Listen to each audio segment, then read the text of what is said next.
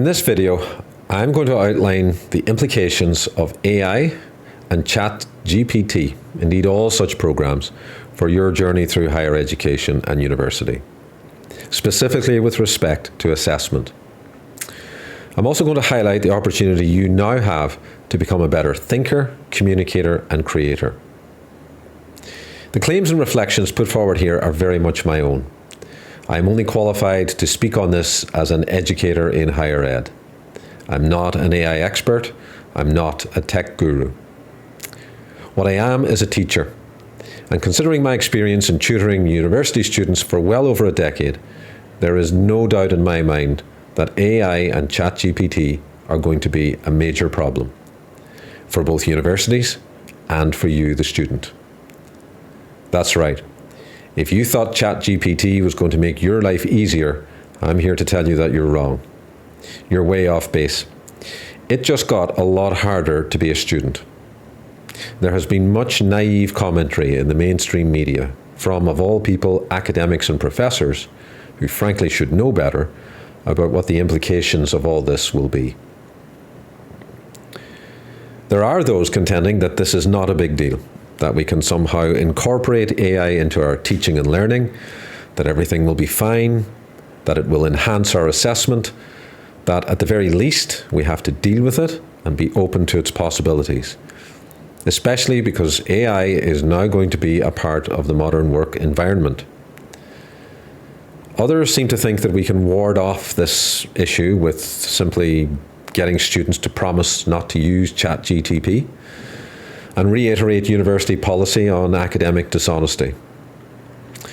Well, I've read my Machiavelli, and I don't believe these kinds of wrong-headed, naive assumptions, grounded as they are in an appeal to integrity, will stand the test of time. In short, I don't buy it, and I'm making my warning about this explicit. I expect that a significant number of students will take the ChatGPT shortcut. And if universities don't accept that now, they certainly will in the medium and longer term going forward, because this reality will become clearer. It's only a matter of time. On the other side, there are university educators and professors from various programs around the world who have recognized the danger. Tests in law, medicine, and business administration are being mastered by ChatGPT. Coal-face educators, those on the front lines, those marking the papers, those in the classroom, are sounding the alarm for higher education. Accounts are trickling out at the time of writing, and at the time of speaking to you, that some tutors are already reconsidering their assessment strategy. And contrary to what you might think, this is not good news for students. I'm not going to take a fake middle ground position on this issue. I'm of the view that ChatGPT is a game changer, and not in a good way for student learning and skill development. This is not least because this software that is available now is the beta version. It has not yet reached its full potential. It will inevitably improve. The flaws and shortcomings being optimistically waved around by the don't panic camp of academics will get rectified. ChatGPT may eventually get access to more high-quality data. It may develop the ability to cite and reference. The march is not backward, it is forward, and it may happen in a remarkably short period of time. Here's a vignette from my university days. Back in the very early 2000s, when I was an undergrad, Turnitin, the software program that detects non-original content, was not something in wide use. Term papers were submitted by hand, on paper, on designated days to the faculty office. You received a receipt. Your paper was submitted with a filled-out form attached, and your identification details, the course code, the module title, tutor name, etc. were all penned into it. Tutors read papers in hard copy. Comments were scrawled in the margins, and in the end, a final summary of the assessment was inserted into an assessment box at the bottom of the form, along with a grade. There's no doubt that there was plagiarism. Much of it was detected by vigilant and knowledgeable tutors, but much more probably went undiscovered. This was at the beginnings of the internet in academia. There was no Facebook just yet, and no Wikipedia. they'd both be there by the time I graduated and went on to graduate school in the mid-2000s. But at undergrad level, it was only Yahoo, Alta Vista, and a very early version of Google. I remember in my second year at university, having kept my ear to the ground for gossip through casual conversations with faculty on the corridor, I learned that university departments were having serious discussions about dropping the take-home term paper as a form of assessment. The plagiarism issue was getting bad, and it goes to the heart of academic integrity. And as a result of this upsurge in plagiarism cases at the time, there were these discussions about reverting to the timed essay examination. That's the one where you sit at a barren desk on your own with a pen and paper, and you wrestle with a question that's been given to you that day. In the end, a solution was found. Turnitin was in place by the time I graduated from my PhD program in 2009. I had to submit my thesis in both hard copy and as a PDF file on a CD drive for someone in the research office to run it through Turnitin. The Turnitin findings were then made available to my Viva committee prior to my defence. They didn't need to follow through with discontinuing the term paper because a technological solution was found. And I was happy with this solution. As a nerd, I wanted to do the term papers and the research papers because it allowed me to develop my thinking, writing, and research skills. But ChatGPT is a different type of problem. As of early 2023, there are no effective countermeasures to it.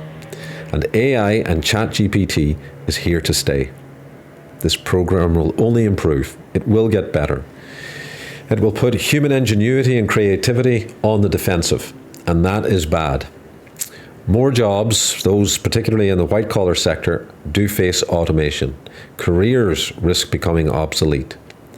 But in relation to your university assessment, we find ourselves back there in 2003, pre-Turnitin. Universities and academics right now are weighing their options. Professors and tutors across academia are looking at their syllabuses and mulling their next move. Now, the optimists may be right, and inversely, I may be wrong. Maybe AI and ChatGPT will integrate into learning and become just another tool. It's possible. But I'm from the pragmatic school of thought when it comes to teaching and learning. And I've had enough experience to know that if shortcuts can be taken by students in order to complete assignments more quickly and to a higher standard than the student feels they can manage on their own, then yes, the misuse of ChatGPT is going to haunt the academy from now on. Already by mid-January, 1-minute marketing ads started popping up on my social media feed, extolling the wonders of AI text creation, pitched explicitly at students in order to help them overcome the loathsome and time-consuming college essay. C3PO has taken over the asylum. Those of us on the coalface of student learning know that assessment is often a constant battle against the shortcut, the workaround, and sometimes the cheating. Neil deGrasse Tyson is correct. We've elevated the importance of the grade above the will to learn. Plagiarism, the partial misuse of other people's work in your own writing, is less a problem than what is now possible with AI. And that is the complete automated fabrication of papers by the bots to a standard that, if we're being honest, may well exceed the writing abilities of many of our students. This is because the craft of writing has been undervalued and undertaught for a very long time. It has been pilloried and dismissed in equal measure. It has been downgraded. Writing in 1995, Edward M. White attempted to appeal against the dying out of the impromptu essay as a form of assessment. Multiple choice, ticking boxes, is easier to assess. Marking the multiple choice answers is automated, for example, for SATs. The net result of what ChatGPT means is as follows. Students now have the option to ask the bots to concoct their work, or at least the first draft of it. As a direct result, they are further distanced from a critical practice in the craft of written expression and written communication. They are removed from the drafting process of the typical term paper. But it's not just the writing. As Ronald Kellogg pointed out nearly 3 decades ago, writing is not just writing. Writing is also thinking. Just as important from our standpoint, Kellogg also makes another critical observation, gleaned from decades of psychological research into writing. Writing is, by far, one of the most complex tasks in terms of cognitive demand which can be placed on any one person. The formulation of an extended written work, like an essay, incorporating all the complex ideas and of its form, its content, and its expression, is a more complicated process than playing chess. As White eloquently put it back in 1995, when the impromptu essay seemed to be on life support among educators, the only way to answer an essay test is to write, an obvious fact not much mentioned these days. Writing well on an essay test means recalling information, selecting an appropriate vocabulary, constructing sentences and paragraphs, and somehow having something to say. It does require an active response rather than the passive submission called for by multiple choice examinations. In other words, writing is creative. Not anymore. The bots can think and create for you. Using an algorithm to scour the internet and whip up readable prose in seconds, students have nothing to do, only tweak and, at least for now, insert some references. This saves students time and hassle so they can get on with more important things at university, like something other than learning. The casualty here is not so much the writing. It's the higher order thinking skills that the writing helps to develop. Remember Kellogg's point above. Writing is not just writing, it's also thinking. And there are several implications of this for you, the student. First, using ChatGPT to get around the work will hijack an opportunity for you to acquire crucial, marketable skills. Your time at university is wasted. While you may graduate with your diploma, courtesy of ChatGPT, you will not have developed the skills that employers are looking for because you've not practiced those skills while you were at university. You enter the workplace bereft of any value added for an employer. When the employer requires you to perform higher order thinking of any kind, you'll founder and may well fall on your face, and you'll be dismissed as the newbie who can't string two sentences together. Have a look online at the opinions expressed by industry leaders about modern higher education, even now, even just before ChatGPT has got going. From their standpoint, as end users, as employers, they are not impressed. The second implication of ChatGPT flows from the first. This second problem is much broader and structural in nature. As employers recognize the poor quality of graduates, and there is rising frustration within industry about the quality of graduates already, they'll increasingly turn to the same AI applications to provide them with solutions. So now you're not only a graduate with limited thinking and communication skills, you're also unemployable in a professional environment, and C3PO has taken your job. A further indirect consequence will be outlined later once I've gone through the likely possible responses of academia, at least in the short term. Its limitations notwithstanding, its lack of ability to cite proper sources, its imperfect language, I suspect that enough is possible here for this to become a major tool in the arsenal for what I call the casual student. These are the students who are doing a degree in their chosen subject because they feel they must. And they aren't that bothered about the topic, the content, or even the process of learning itself. So long as they can get the highest possible grade with the most minimal effort, along with that all-important diploma from the institution, then that is the pathway that they will plot throughout their time at university. Defenders of the technology will wag fingers and tell us old-timers to get with the program, pun intended, and deal with the fact that our students are entering a world where this technology will be part of their working life. Fine. But what working life awaits them if employers can increasingly dispense with humans in favor of work done by machines? BuzzFeed has already laid off 12% of its workforce. ChatGPT will ensure that employers get the bots to do as much of the work as they can for free and let the graduates find other paths to self-fulfillment and income.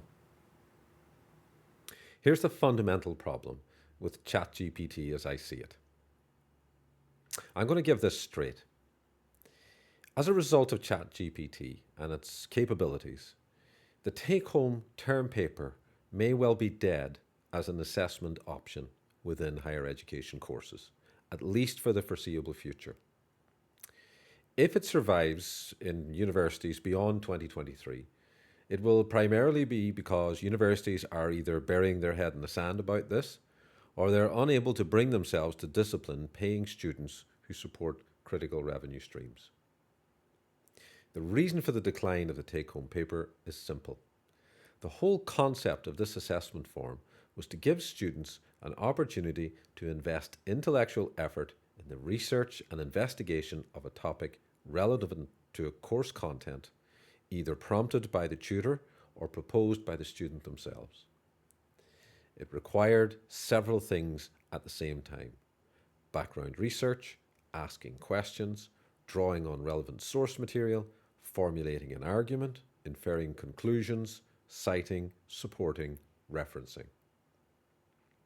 This might and should go through several revisions and iterations, at least a few drafts, and is usually submitted for instructor evaluation by a deadline following an extended lead time, sometimes several weeks, within a term or a semester. The rationale was simple. Do this and you'll learn how to think more deeply, you'll need to learn more, you'll need to create, and you'll need to support your argument, develop research skills, use theories, methodologies, etc., etc. The term paper covered many skills. ChatGPT has killed this off as a viable assessment tool. Students, certainly casual students, are no longer incentivized to undertake this arduous process of research, thinking, and writing. Insert the prompt into ChatGPT or similar, and hey presto, the term paper is drafted. It isn't, of course. It's a far cry from where it should be. But that doesn't matter. What matters is the grade. What matters is the GPA, because grad school, because employer, because parental approval, etc. Some students will submit whatever the GPT program spits out as it is once it's churned out of the program. Some will use it as a good starting point and then revise, add, and edit. But the bulk of the work is actually already done, and it's not done by the student. The bulk of the thinking is done by ChatGPT, and this is all before many students even open a book. So what does this mean for you, the student? In short, what's at stake here is the ability of universities to upskill students in research, critical analysis, and written communication. These are important, high-value skills. The damage that ChatGPT will do to the value of higher ed is incalculable. Put simply, there is no need for students to do precisely that thing that higher ed is trying to train them to do. There is no need, therefore, for students to practice and train themselves in skills that add value to professional work. This is a significant loss, not least for you, the student. If students endowed with diplomas of higher learning are unable to formulate arguments, reason critically, evaluate and use information, then the purpose of their higher education degree is unclear. They have the diplomas, but not the skills that those diplomas are supposed to evidence. Remember, you're not at university simply to learn facts. You're there to learn how to think. You're there to become better at understanding. Absorbing, managing, evaluating, and using information. That is what you're there for. Understanding, as understood by educational researchers, is about thinking and acting flexibly with what one knows. The problem now is that with the changes that ChatGPT will force on course instructors, you are unlikely to be incentivized to do that in the way that you were before. Because trust in students to do the right thing will likely erode in the near to medium term, this means that take-home assignments are going to be used a lot less. Skills will therefore be lost. Your ability to formulate and format an extended argument, your ability to search academic databases, consult relevant literature, evaluate sources, compare, contrast, analyze data, draw conclusions, create new knowledge, assemble a bibliography. All of these skills are lost once the term paper comes out of the syllabus.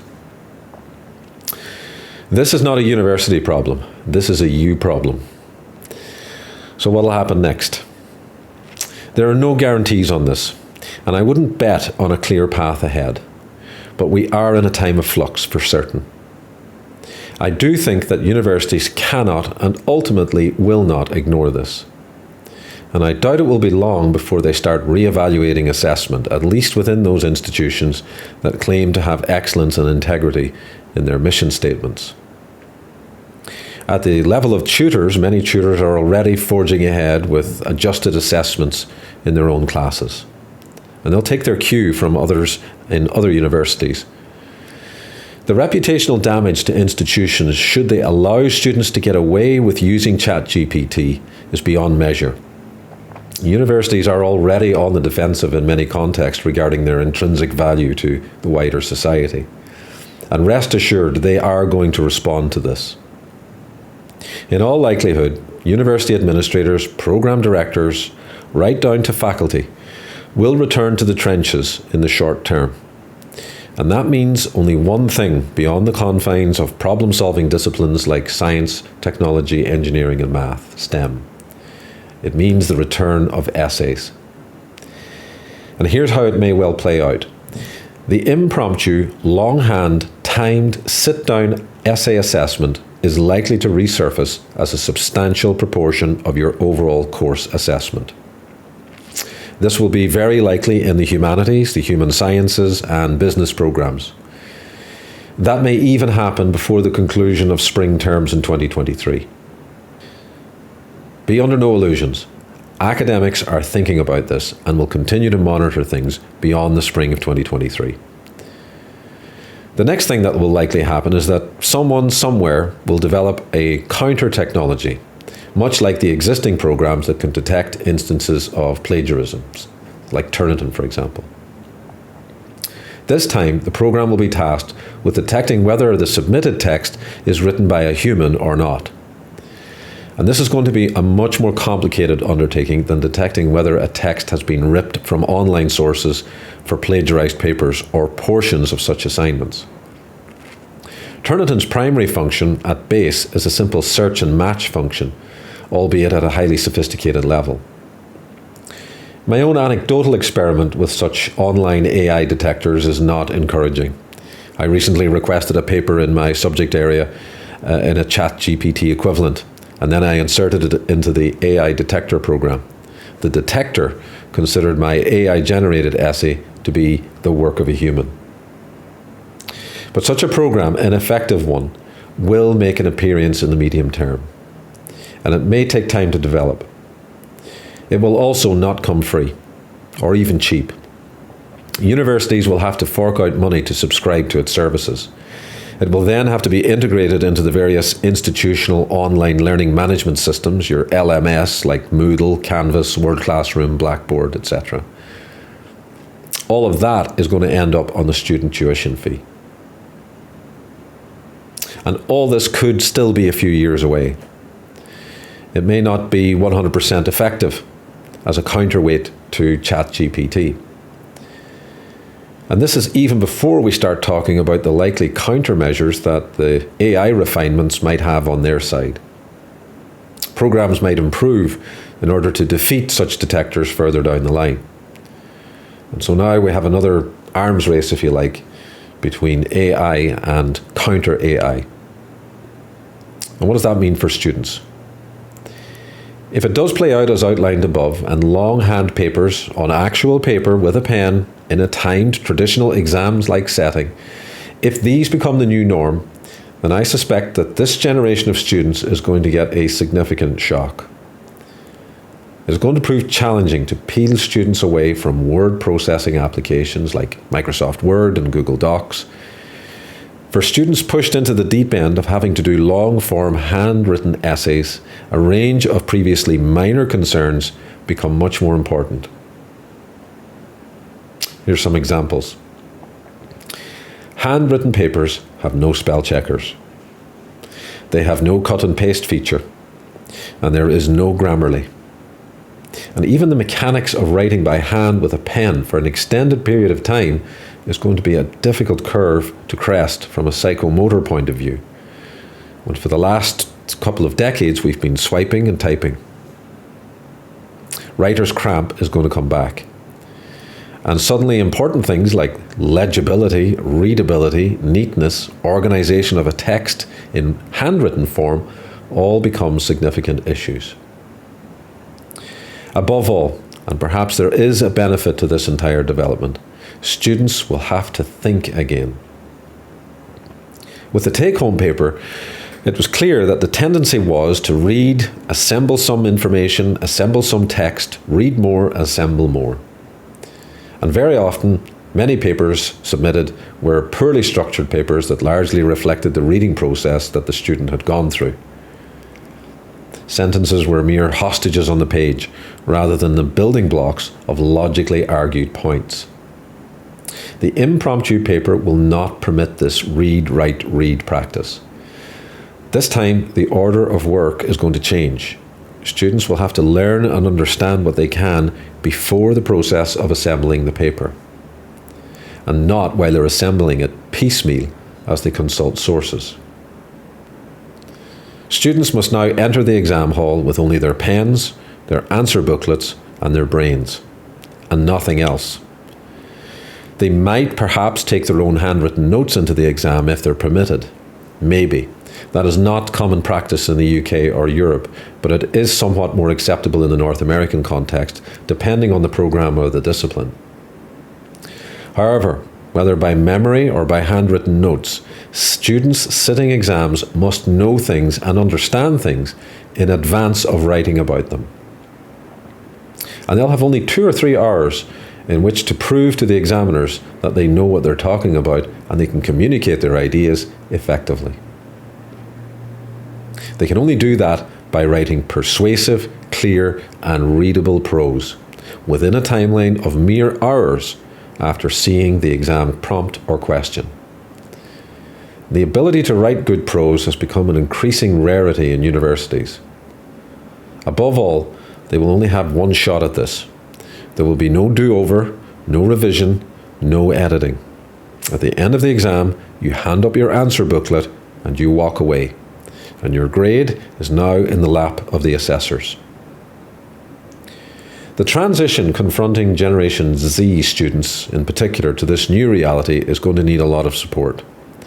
Writing and learning centres are going to have to gear up for this. You as a student should seek those out. And tutors will have to adjust expectations about the quality that they're going to receive from student work. For our purposes, for your purposes as a student, you need to start thinking about this from now on. Whether you're about to head off to university or you're already there, the handwritten paper is very likely going to come back. The chances of you encountering it as a form of assessment just got a lot higher. All of this courtesy of ChatGPT.